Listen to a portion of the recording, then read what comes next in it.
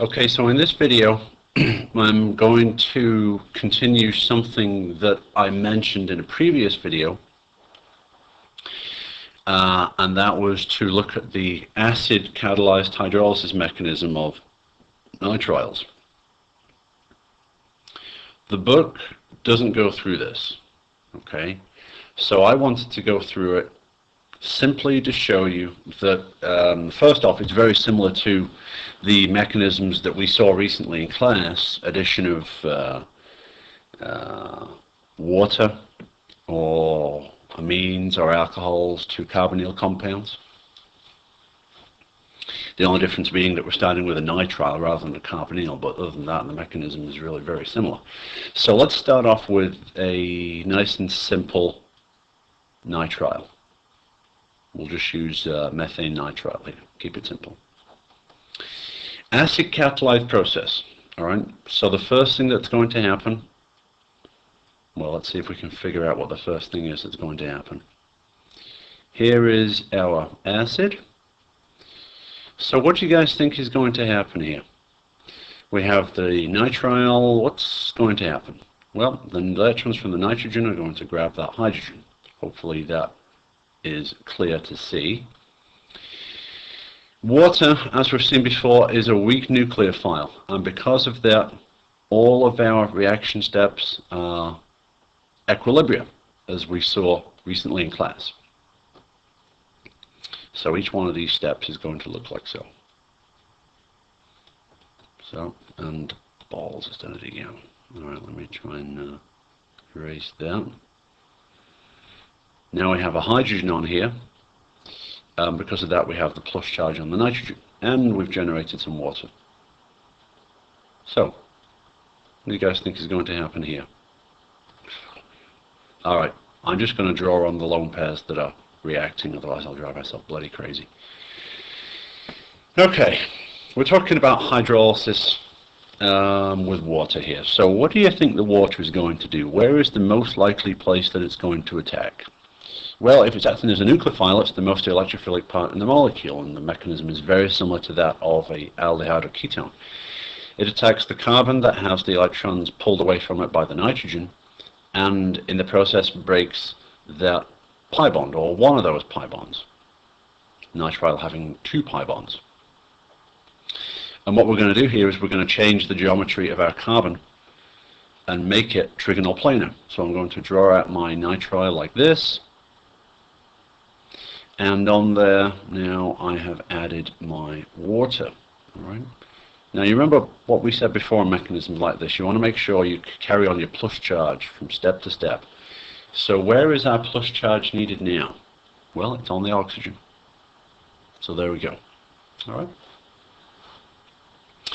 So what's going to happen here? Well, we have more water around here. So I'm just going to write that out here. And if we have more water around here, what do you think the water is going to do? Well, actually, the water is going to do what all the other reaction steps are doing. It's going to try and dissuade or remove the plus charge from the oxygen that bears it. And so what happens is this. All right. Let's draw out what product we get here. Now, you guys have seen this functional group with a doubly bonded nitrogen to carbon before. Do you guys remember what the name of that functional group is? If you said imine, you would be right. We have created an imine. Now this is a special type of imine because it has an alcohol on it as well. So this guy right here, this is an imine but with a hydroxy group. This is called a hydroxyimine. So, what do you think is going to happen now? Well, the oxygen from the water could grab a hydrogen and go back to the starting material, or could go back here again. The equilibrium shows that could happen.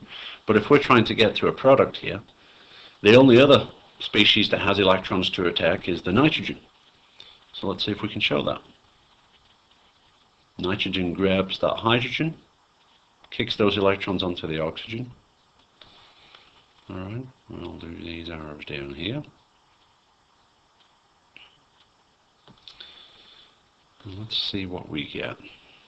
Now you're probably noticing there is what looks to be a website link down at the bottom of this page. And that website link is actually to a really kind of neat site. It's actually the help site for a different organic textbook by a very famous author called Carey. And it's actually the website where I found this mechanism. So I've put the link there so you can check it out yourself, because it's kind of useful. Or at least it was useful for me in trying to get this sorted out anyway. So what we've done here is we have protonated our imine, and we are close to the end of our first reaction, because this hydrolysis of nitriles actually consists of two separate reactions. And so rather than putting all the steps on one page, there wouldn't be enough.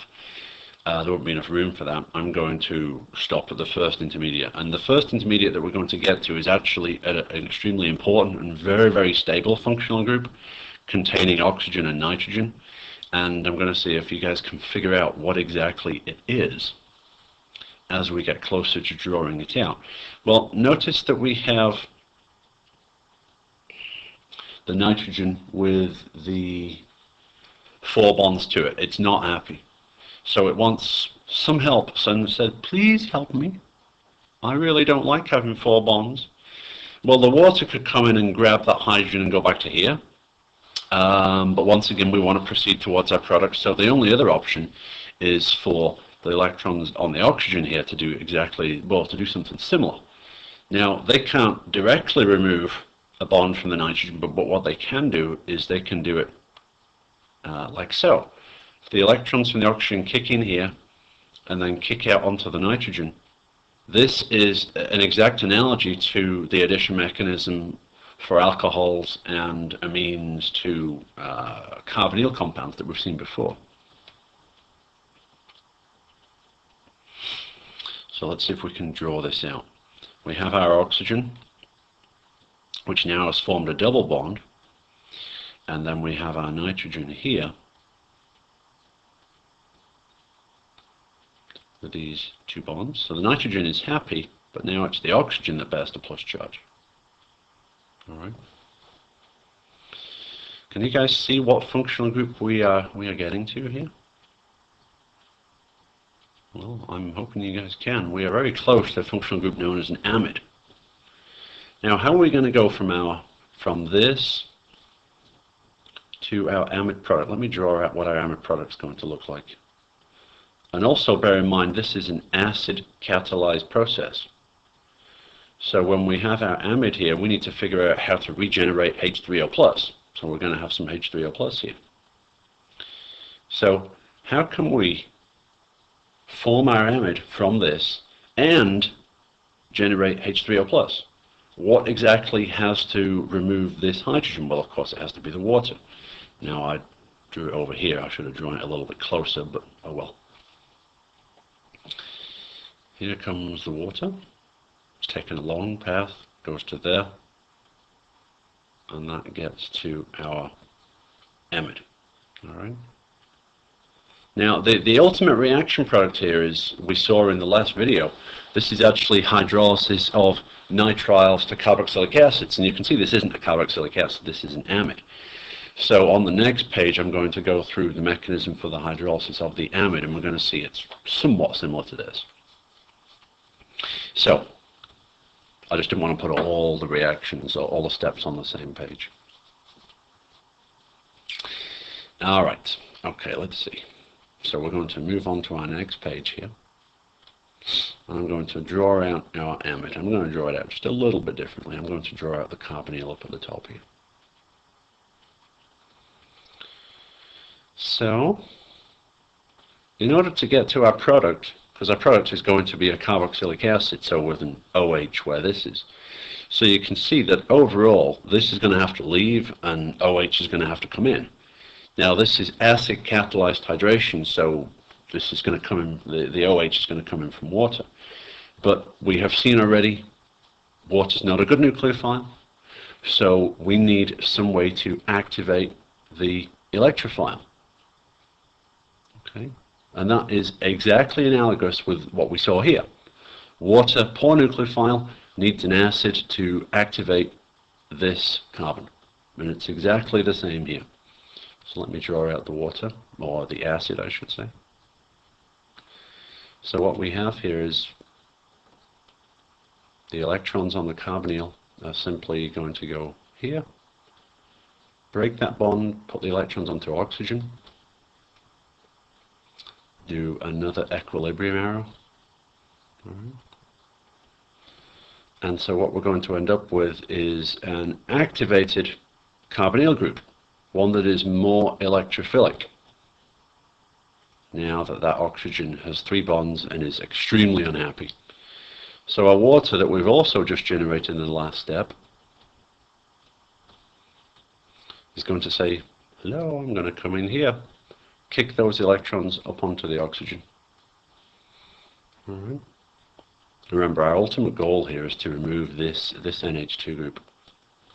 NH2, like OH, is a bad leaving group. So we are going to have to do something to that NH2 to make it leave. Now, do you remember what we do to OH to make it into a good leaving group? Well, we add a hydrogen to make it into H2O. And in a very similar way, we're going to do something exactly the same to NH2. We're going to stick a hydrogen on here, so it's going to come off as NH3, more commonly known as ammonia. All right. Okay, so here we go. Now we are a couple of steps away from getting there, but that's our overall goal here. So we have our protonated water that we've added in. We still have lots of water around, and so what happens at this point is that we have some water here, and it's going to come along, grab this hydrogen, kick those electrons onto the oxygen. How about these for some funky equilibrium arrows? Alright, so let's just draw out what we get, if I can draw this out in any meaningful way. There's our NH2. Here is our OH. And here is the other OH that we have just deprotonated. Alright, originally it was water, we deprotonated just to give it an OH. Now, I'm going to draw on 3 sets of lone pairs here, because as you have seen, we have just generated some more acid. Alright, so I'm going to draw that out here. Now, let's just apply some logic again and say, well, if the water attacked here, gave us some acid, we have 3 sets of electrons that could re-attack that hydrogen. Now I'm hoping you guys can see any one of them could do that. If these electrons attack the acid, we go back to here. If these electrons attack the acid, we can go back to here, which can happen, hence the equilibrium errors. But if we want to get to the product, then it's got to be the nitrogen that actually attacks that hydrogen and taking us further along with the mechanism.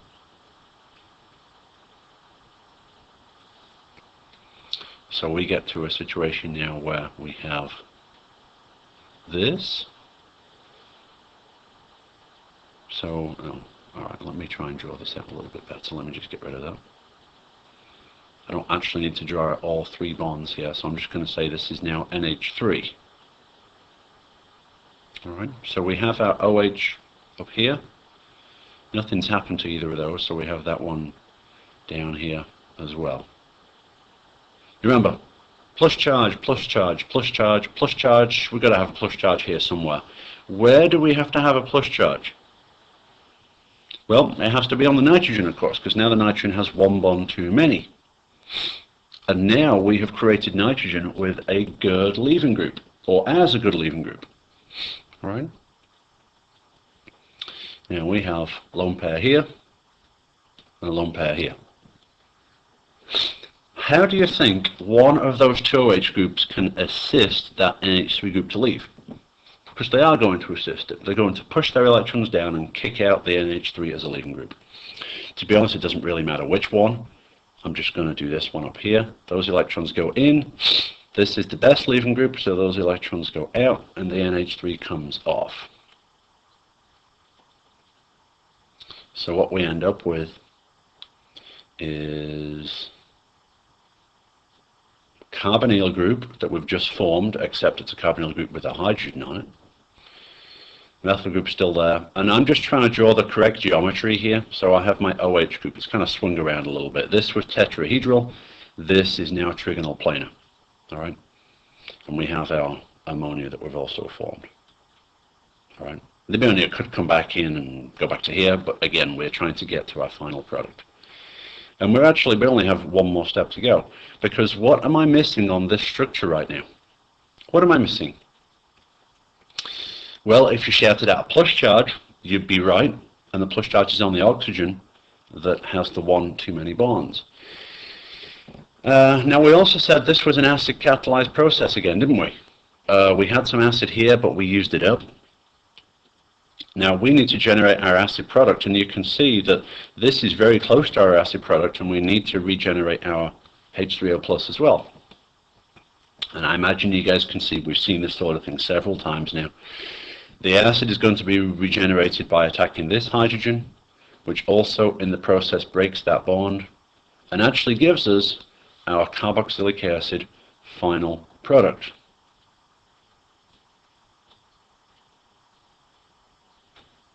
That is our final product, and we've regenerated our H3O plus as well. All right.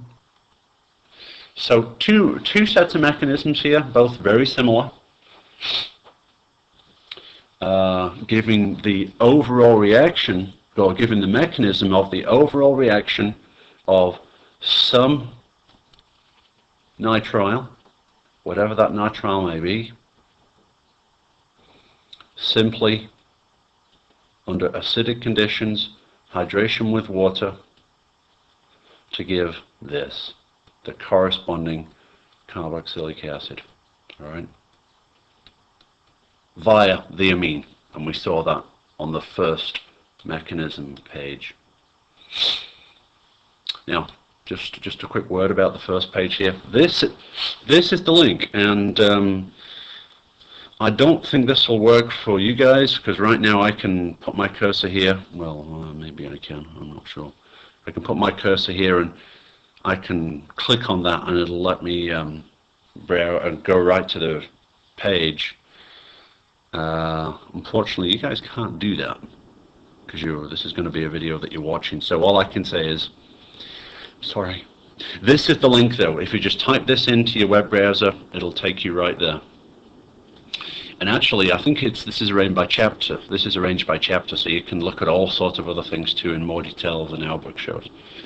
Anyway, that is the mechanism for acidic hydration of nitriles to acids. And I'm seriously hoping that you guys can see what I've tried to do is just show that there is a path of chemical logic here, electron pushing to go from starting material to intermediate amine, or intermediate amide, and then from the intermediate amide to the final product as the acid.